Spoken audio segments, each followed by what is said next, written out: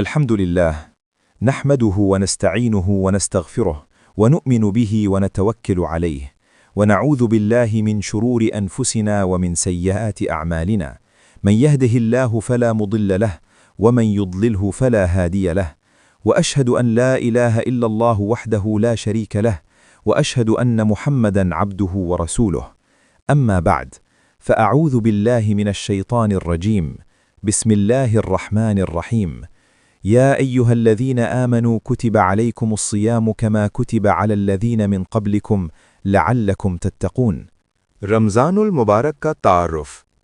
معزز حاضرین مجلس، اللہ تعالیٰ کا ہم پر بے حد احسان ہے کہ اس نے ہمیں ایک بار پھر رمضان المبارک کا مہینہ عطا فرمایا۔ یہ مہینہ عام مہینوں جیسا نہیں بلکہ رحمت، مغفرت اور جہنم سے نجات کا مہینہ ہے۔ رمضان وہ مبارک مہینہ ہے جس میں قرآن نازل ہوا، جنت کے دروازے کھول دیے جاتے ہیں، جہنم کے دروازے بند کر دیے جاتے ہیں اور شیاطین کو جکڑ دیا جاتا ہے۔ یہ مہینہ دراصل اللہ تعالیٰ کی طرف سے ایمان والوں کے لیے ایک روحانی تربیتی کورس ہے۔ رمضان کا مقصد روزہ صرف بھوکا پیاسا رہنے کا نام نہیں۔ روزے کا اصل مقصد تقوی پیدا کرنا ہے۔ تقوی کیا ہے؟ تقوی یہ ہے کہ انسان ہر حال میں یہ محسوس کرے کہ میرا رب مجھے دیکھ رہا ہے۔ جب انسان تنہائی میں بھی گناہ سے بچ جائے تو سمجھو تقوی پیدا ہو گیا۔ رمضان ہمیں یہی سکھاتا ہے کہ اگر تم اللہ کے لیے حلال چیزیں بھی چھوڑ سکتے ہو تو حرام چیزیں چھوڑنا تو اور بھی آسان ہونا چاہیے۔ رمضان رحمت کا مہینہ۔ حدیث میں آتا ہے کہ رمضان کا پہلا عشرہ رحمت کا ہے۔ اس عشرے میں اللہ تعالیٰ کی رحمت بندوں پر موسلا دھار بارش کی طرح برستی ہے۔ اللہ ایسے بندوں کو پسند کرتا ہے جو اس کی طرف رجوع کریں، توبہ کریں اور اس سے معافی مانگیں۔ کوئی گناہ کتنا ہی بڑا کیوں نہ ہو، اللہ کی رحمت اس سے بڑی ہے۔ رمضان مغفرت کا مہینہ۔ دوسرا عشرہ مغفرت کا ہے۔ اس میں اللہ تعالیٰ بندوں کے گناہ معاف فرماتا ہے۔ سوچیں، ہم کتنے گناہ گار ہیں، کتنی نمازیں قضا ہوئیں، کتنی نگاہیں حرام پر گئیں، کتنی زبان سے غلط باتیں نکلیں۔ رمضان ہمیں موقع دیتا ہے کہ ہم اپنے رب سے کہیں، اے اللہ، ہم خطا کار ہیں، ہمیں معاف فرما دے۔ رمضان جہنم سے نجات کا مہینہ۔ تیسرا عشرہ جہنم سے آزادی کا ہے۔ حدیث میں آتا ہے کہ رمضان میں ہر رات اللہ تعالیٰ لوگوں کو جہنم سے آزاد کرتا ہے۔ کتنی خوش نصیبی ہے اس شخص کی جسے رمضان میں مغفرت مل جائے، اور کتنی بدقسمتی ہے اس کی جو رمضان پا کر بھی نہ بخشا جائے۔ روزے کی عظمت۔ اللہ تعالیٰ فرماتا ہے، روزہ میرے لیے ہے اور میں خود اس کا بدلہ دوں گا۔ نماز کا بدلہ بھی ہے، صدقہ کا بھی ہے، حج کا بھی ہے، لیکن روزے کے بدلے کو اللہ نے خاص اپنے ساتھ منسوب کیا، کیونکہ روزہ خالص اللہ کے لیے ہے۔ کوئی انسان دکھاوے کے لیے نماز پڑھ سکتا ہے، صدقہ دے سکتا ہے، لیکن روزہ دکھاوے کے لیے رکھنا ممکن نہیں۔ روزہ اور اخلاق۔ رسول اللہ صلی اللہ علیہ وآلہ وسلم نے فرمایا، جو شخص روزہ رکھ کر بھی جھوٹ اور برے کام نہ چھوڑے، اللہ کو اس کے بھوکا پیاسا رہنے کی ضرورت نہیں۔ یعنی روزہ صرف پیٹ کا نہیں، آنکھ کا بھی روزہ، زبان کا بھی روزہ، کان کا بھی روزہ، دل کا بھی روزہ۔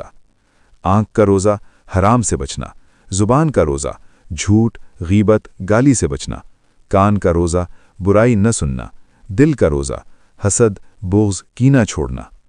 قرآن اور رمضان۔ رمضان قرآن کا مہینہ ہے۔ اسی مہینے میں قرآن نازل ہوا، اس لیے رمضان میں سب سے اہم عمل قرآن سے تعلق مضبوط کرنا ہے۔ تلاوت، ترجمہ اور سمجھ کر پڑھنا۔ گھر میں روزانہ قرآن کی آواز ہونی چاہیے۔ اگر ایک رکوع بھی سمجھ کر پڑھ لیا جائے تو یہ رمضان کی بڑی کامیابی ہے۔ تراویح کی اہمیت۔ رمضان کی راتیں عبادت کے لیے ہیں۔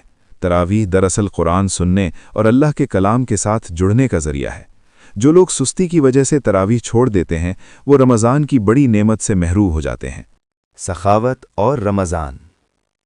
رسول اللہ صلی اللہ علیہ وسلم رمضان میں سب سے زیادہ سخی ہو جاتے تھے۔ رمضان ہمیں سکھاتا ہے کہ ہم غریبوں کا خیال رکھیں، بھوکوں کو کھانا دیں، افطار کرائیں، صدقہ دیں۔ ایک کھجور سے افطار کرانا بھی بڑا ثواب ہے۔ لیلۃ القدر۔ رمضان کی سب سے بڑی رات لیلۃ القدر ہے۔ یہ 1000 مہینوں سے بہتر ہے۔ اس رات میں عبادت کرنا 83 سال کی عبادت سے بہتر ہے۔ اس لیے رمضان کے آخری عشرے میں عبادت بڑھا دینی چاہیے، خاص طور پر طاق راتوں میں۔ رمضان کی قدر کریں۔ کتنے لوگ تھے جو پچھلے رمضان میں ہمارے ساتھ تھے، آج وہ دنیا میں نہیں۔ ہمیں نہیں معلوم اگلا رمضان ملے گا یا نہیں، اس لیے اس رمضان کو آخری سمجھ کر گزارنا چاہیے۔ عملی نصیحتیں: 5 نمازیں باجماعت پڑھیں، روزانہ قرآن پڑھیں، زبان کی حفاظت کریں، سوشل میڈیا کم کریں، صدقہ دیں، گناہوں سے توبہ کریں، آخری عشرہ عبادت میں گزاریں۔ اے اللہ، ہمیں رمضان کی قدر کرنے والا بنا دے۔ اے اللہ، ہمیں روزے کی حقیقت نصیب فرما دے۔ اے اللہ، ہمیں رمضان میں مغفرت عطا فرما۔ اے اللہ، ہمیں جہنم سے آزادی عطا فرما۔ اے اللہ، ہمیں لیلۃ القدر نصیب فرما۔